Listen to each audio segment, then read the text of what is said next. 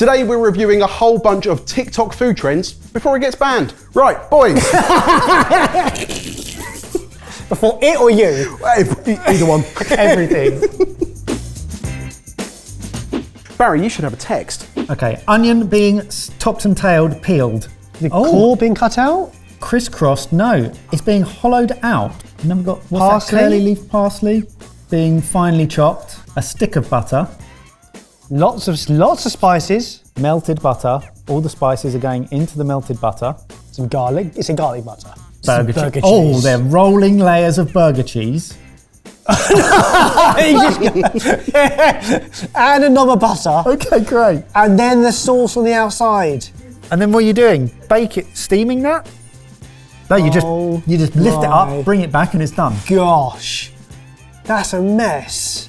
Parmesan on top. I'm kind of here for it. So boys, this is the onion boil. People have been going mad for what is said to be an extremely delicious recipe. Making an onion boil just requires hollowing out the centre of an onion and filling with butter and various herbs and seasonings before wrapping it in foil and baking it.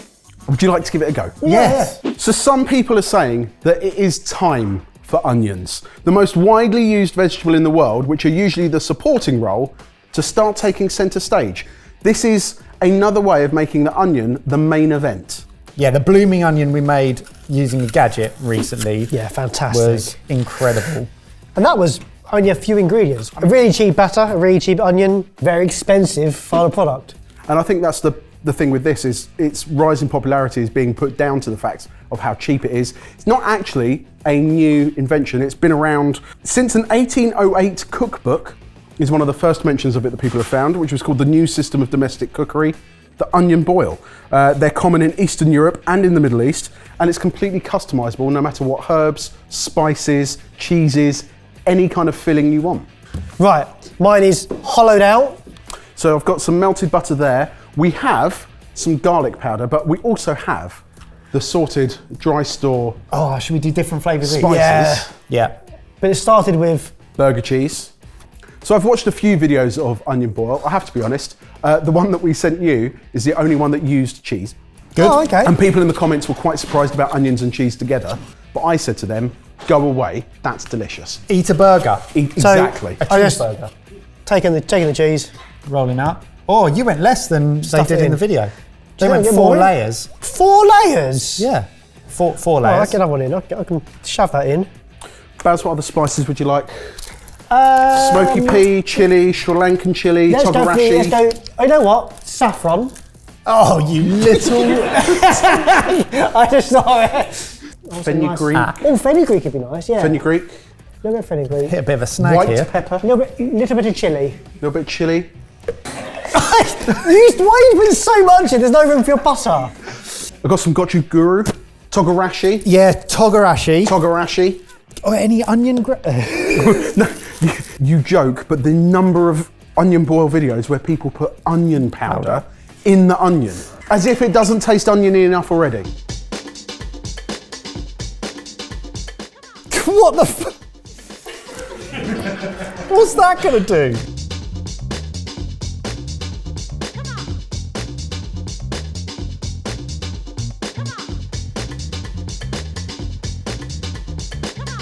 So you pop your cheese, your butter and your spices into your onion, wrap it up in tin foil. That's gonna go into a 180 degree oven for about an hour. We'll see how we get on. So your onions have had an hour in the oven. Oh, there's a lot of oil in the pan, which says there's been leakage. Smells good. Yeah, the smells are amazing. It's... Oh my gosh. I think the saving grace with this is the togarashi spice blend, because you get a little bit of heat, you get lots going on with the butter. I definitely use too much cheese. But overall, it's very, very tasty. It's nice, but it's not really anything that you wouldn't expect. The issue I've got with it a little bit is when you cook it in the tin foil, the moisture can't escape. And onions are mostly water. But you had a chimney. I do have a chimney. You even had a chimney. I know, but it's become a wet, cheesy mess from it. Home cook. Could you improve upon this method. You don't get the same caramelised sweetness by doing it in tin foil like that. I'd rather chop it into quarters and roast it. The fact it's all stuffed in the middle just feels like it's visually interesting rather than actually better on the palate. And then if you want to add cheese or spices or butter, do so in a different capacity or a different element and combine the two. Well, the big question is then, the onion boil, is it a trend you're going to follow fast, or are you just going to scroll past? Scroll past. Well, let's see if number 2 is more to your liking. After that resounding success, would you like another? I've got one, you've said to me already. Yeah, I have, yeah. Ooh, honey butter toast. Yes. Oh, that's making me all tingly. Okay, so brioche. Cut off Taking the the edges. crumbs off. Butter, brown sugar. Ooh, honey. Salt? Oh, okay, so you're spreading Okay. it like a cake. Ooh, you're icing it and then baking it. Ooh, that's genius. Crunchy honey on toast. That's what? Go again. So it's just butter, honey. It's a honey butter toast. It is honey butter toast, isn't it? It's what it's called. 100% correct, Baz. This is honey butter toast. It was popularised by London bakery Arome. Obviously, it then blew up on TikTok, went absolutely everywhere, although the origins are actually from Japan. Right. Okay. As all the best things in the world are. Yeah, it began in Shibuya in Tokyo, which we've been to. Yeah. we have been to Shibuya. So essentially, it's a slice of brioche toast that's slathered with a mixture of butter, honey, and sugar. And buttered on all sides, which is how all bread should be buttered. That's a good point. Silly question. Do you want to give it a go? Yes. So Baz, one of the things that TikTok users absolutely love is the perfectly square way of cutting the brioche, having it completely uniform. We've got the right man on the job for this. Yeah. So whilst Baz slices the brioche, Mike, if you could beat together some butter and sugar. Once you've beaten the butter and sugar together, add in some honey and a little pinch of salt, and then you're going to spread that all over all sides of your brioche. Go heavy. So cover all sides in your honey, butter, sugar, salt mix, and then that's going to go into an oven for 10 minutes, 180 degrees. We're then going to flip it, another 10 minutes, let it cool, serve it with some whipped cream. This looks incredible. It looks almost like sticky toffee style. It is exactly that. We're stacking, right? Yeah. We've got to stack. Oh. Got a bit of cream there for you. Oh, that went so wrong. That could have been really sexy. No, there you go. That's the sexy bit. Here we go. Oh, it's a chew in there. Wow. That's it not is what I expected. very sticky. Cheers. Cheers. Oh my god. Oh my god. Is it that good? That's ridiculous. You know, the best bit of a sticky toffee is the chewy corner bits. That is exactly it. That is all it. So all around the outside, it tastes like there's an inch of chewy sugar. Oh, Jamie Spafford, thank you for Come and try some of this. Yeah, well, You'll love quick. that. oh yeah, you get really chewy bits, or even just cutting through it. That sort of deep caramel flavour. It's crusty and then chewy Yeah, it's great. in the best possible But way. it still tastes of brioche. Like Yeah. the You fact put that- you put date syrup instead of honey on it, it would be a sticky toffee. Yeah, Oh my god. that's really, really, really good. Well, boys, the honey butter toast. Is it a trend that you're going to follow fast, or are you just going to scroll past? Follow fast. Follow, Without a subscribe, shadow like, of a comment, doubt. everything. I'm in. What a roll we're on. Let's go to the third one. Right, boys, we're on a roll. Ready for another? Yes. Jimmy Johnson. You should put corn in your coffee. What is Welcome to that? Coffee That from was- around the world. that- what? The story That was behind corn in this drink coffee. Isn't what you'd expect. Tin Corn sweet milk is corn. actually Lovely. a long-time Blended staple up in with Asian and milk. Central Okay, corn- and South corn milk. American We've had that cuisine. before, But today haven't we? we're making the susu latte, also known as Korean sweet corn latte. This Korean drink has sweet skyrocketed corn in popularity and can be found latte. in Korean Latte. convenience stores and Asian cafes all across LA. Interesting. Korean convenience stores sell Corn milk can help this. bring out the savory and nutty flavors. A lot has happened on that short TikTok, and I can't work out what just happened. This is the susu latte. It's a Korean coffee drink with added corn milk, made by blending sweet corn with condensed milk and milk. Ooh. Heated in a pan, strained before mixing with cream, whipping, and added to iced coffee. This sounds very interesting. Yeah, I like it. Could be delicious. Let's get some ingredients and I'll chat you through it. So there's everything you need. So you're going to mix your milk, your condensed milk, and your sweet corn together in the blender. So what are we going for? About a cup's worth? Yeah. Whatever that is. Yeah, that's enough. It's got to taste like sweet corn, isn't it? Yeah. So they reckon the corn adds a subtle sweetness and a creamy texture, which is sometimes likened to caramel. Oh yeah. Do you want to spoon me? No. Okay. Later. Yeah, stop.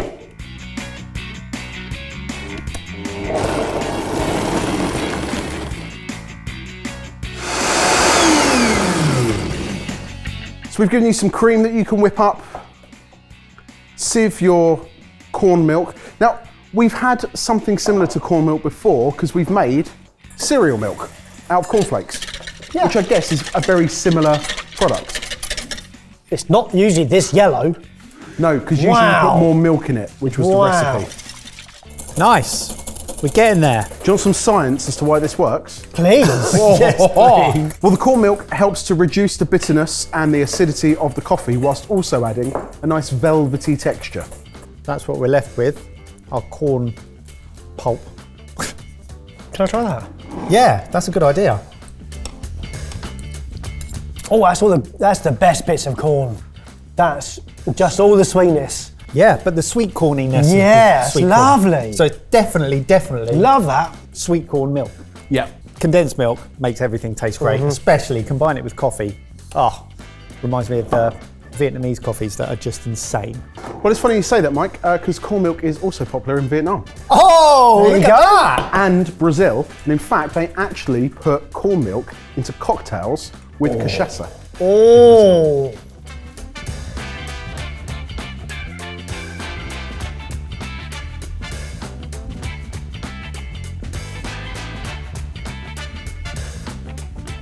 So there's a number of different varieties of the way that you could make this. You could actually mix the corn milk in with the cream and whip it as well, which I think might be what he does in that video, but there's so many different variations of it. I mean, it still looks great. Look at that gradient. Yeah. Nice. Happy with that? That is good going. Give it a stir. Yeah. Oh, that's so luxurious. Oh. That's quite a shot. I like that. Look at that. Oh. And it drips down the side. I'm going to let you drink this one. No, I'll have a side, you have a side. I'm not having a side. That is pudding. Is it? I It's dessert. I get it completely. I'm not a massive fan of sweet coffees, but the sweet corn makes it a natural sweetness. Yep. Almost. Yeah, it definitely adds a completely different profile other than just sort of like the flavour of refined sugar. It's got a little bit of saying going on, which is great, and it's really sweet, really indulgent, really creamy, fatty. But the coffee and the sweet corn do just... So, sweet corn in coffee, is it a trend you're going to follow fast, or are you just going to scroll past? follow fast. But I wouldn't use it in this capacity. I'm following, but not that fast. Would you like another? Yes. Yes. Good. Oh, are you ready? We stood us up, Yes. and there are some interesting things out. Ready for this? Oh! Whoa, it took me a while to work out what's going on. Wait a minute. It's an optical illusion. You can see what we're seeing. It doesn't make any sense. Making a whole noodle dish with flying That's noodles. so cool. That's awesome. Boys, this is Flying Sang Ha Mi. For obvious reasons, it's been absolutely blowing up across TikTok, brilliant. across all social. It's a noodle dish atop a sauce with a giant prawn and vegetables, but the noodles have had oil poured over them to make them go crispy, and it fixes the chopsticks in a flying position. It just looks like they're floating. How are we going to do this? I did this once with cereal. You in a did. battle. You did. Yeah. So the video that we sent you shows the dish being made at Yong Hua restaurant in Kuala Lumpur, in Malaysia. Do Amazing. you want to give it a go? Yes. Try. Yeah? Have some noodles. We have some oil that's been heating up. We've already made your broth. We've got you the big prawns. All you need to do is make some flying noodles. Let's do this. You ready? Yes. Yeah. Oh, it's a bit What's wonky. Your bottom's crisping up already. Lovely. Nice. I reckon you've got about 2.5 to 3 minutes of ladling the oil over. Okay, cool. So the flying sung mi is actually quite a common dish in Malaysia, but this is just a very unique style of presentation. It's sold for 35 Malaysian ringgit, which is just over £6. The bottom's getting really crispy now, isn't it? That's good. You want the bottom really crispy. It's looking good. Yeah? If you were to release any... I'm not going to No, risk it yet. no. I can't risk it. God, tangible. Yeah, I am not confident, but it's still... Oh, it could. What? It could. Keep going. God, these are crisping up too much now. So the oil's getting a little bit too hot. Baz, do you mind turning the oil down for me? Maybe we just bring this off the heat for now. Lift it out, give it a go, give it a go. And... Oh. Wait. Put weight Once you on put that. the stuff on it. Yeah. Once so you what? put the stuff on it, it's going to support. Put a shrimp on it. Yeah, put shrimp on it. Shrimp, you stay there. I think you want we need a shrimp on the front. On the front. What? Shrimp on the Yeah, front yeah. to counterbalance. There. You're taking my strands away. Well, I don't confused. Where do you want him? There? Like maybe here? Oh, it's still warm. Yes!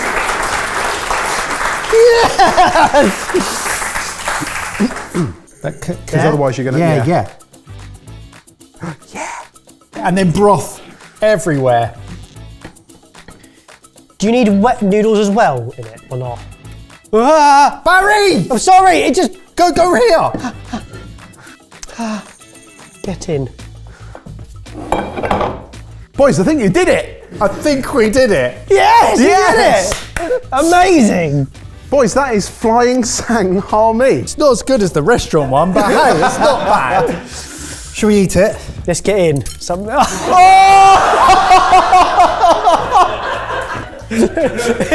Dig in. The ones at the top are the right level of crunch. I think the ones at the bottom are... A little bit too crispy, I'd say. Yeah.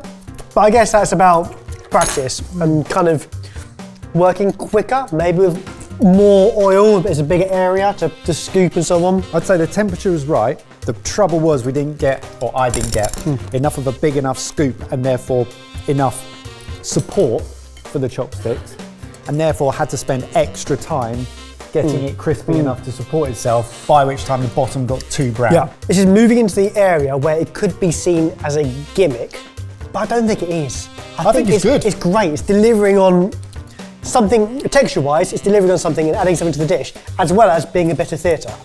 Yeah, it's brilliant, and the crispy noodles add something really nice to the dish. Well, the question is, the flying sang ha mi, is it a trend you're going to follow fast, or are you just going to scroll past? Follow fast. Follow fast. I want to try it again. Well, what did you make of those TikTok trends? Comment down below, let us know. And what TikTok trends should we be testing in the future before, the app disappears? They'll go somewhere else. Yeah, I know. Yeah, MySpace is on its way back. Nice.